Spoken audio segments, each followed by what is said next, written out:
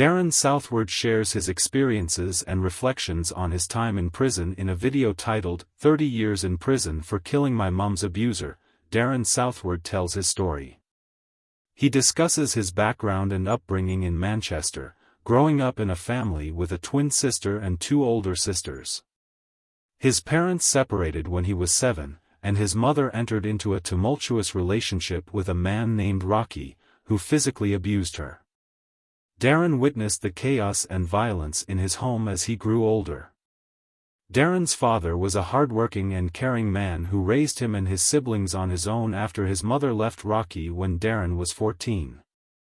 However, his father passed away when Darren was young, leaving him with his 4 sisters and a stepbrother and stepsister. Rocky continued to harass Darren's mother and threatened to take Darren's siblings to Scotland. Despite his mother calling the police, they did nothing to help. Feeling a responsibility to protect his family, Darren confronted Rocky one night and ended up beating him to death with a hammer. He did not intend to kill Rocky, but he was clouded by alcohol and not thinking clearly. Darren also had a brain injury that affected his judgment, which was not discovered until 18 years later. He takes full responsibility for his actions but believes that if his brain injury had been known at the time, his sentence may have been different. After his arrest, Darren's mother was also charged with manslaughter, even though she was not present during the incident. Darren expresses frustration at the fact that people who have committed worse crimes have received lesser sentences. Darren discusses his experience in prison, serving a life sentence for murder.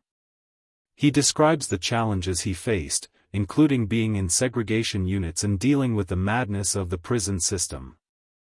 Despite not being the best-behaved prisoner, Darren found support and friendship in the dispersal system, where he met people who took him under their wing. Darren expected to serve around 12 years in prison but ended up spending 30 years behind bars. He recounts instances where he was falsely accused and had to defend himself, leading to extended periods of incarceration. Darren reflects on his past and expresses a determination to move forward and not let bitterness consume him. He acknowledges the damage he caused but also believes that something good will come out of his experience in the future. The text also touches on Darren's frustrations with the parole board and the nitpicking process he has faced in his attempts to gain parole. He discusses the perceived injustice in the criminal justice system, where he has served 28 years for his crime while others who have committed more heinous acts have received shorter sentences. Darren highlights the challenges faced by individuals within the prison system, including the lack of rehabilitation programs and support upon release. He criticizes the probation service and halfway houses for not providing suitable options for ex-prisoners. He also discusses the difficulties of finding employment and housing, which often leads ex-prisoners back into a life of crime. Darren shares his experiences of encountering dangerous individuals in prison, including members of the IRA, but emphasizes that not all prisoners are bad people. He reflects on the difficulties of his first year in prison, the impact on his relationships, and the vulnerability of even the strongest individuals. Darren sheds light on the corruption and mistreatment he encountered in some prisons, while acknowledging that there are also good prison officers. He describes the harsh conditions in some prisons, such as being confined in a windowless cell and subjected to physical abuse.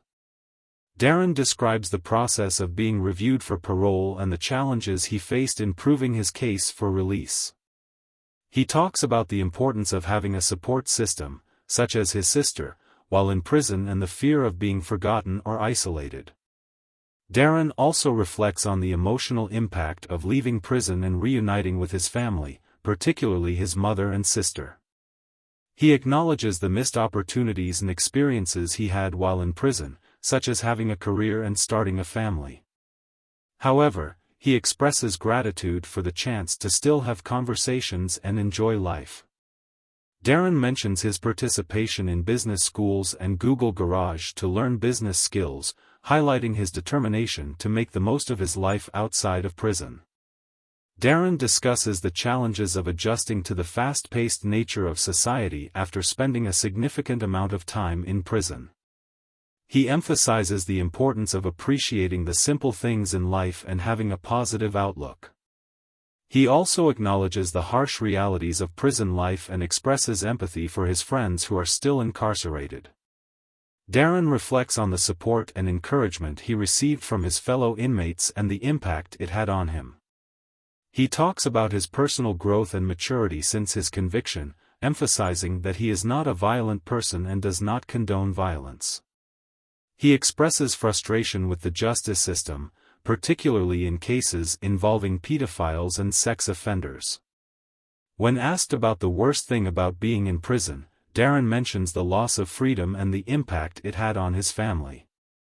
He acknowledges the pain and hardship he caused them and expresses regret for missing out on time with his loved ones.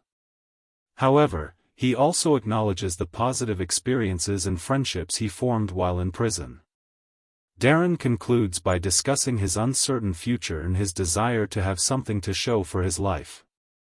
He mentions his interest in writing a book but expresses humility, stating that he doesn't see his story as particularly special. He reflects on the different paths people take in life and the resilience he has witnessed in others. Overall, the text provides a glimpse into Darren Southward's experience of being in prison for 30 years and his thoughts on life after release. It highlights his gratitude for the opportunities he has now and his determination to make the most of his second chance. The text also touches on the challenges of reintegration into society and the need for support and opportunities for ex-prisoners to lead fulfilling lives.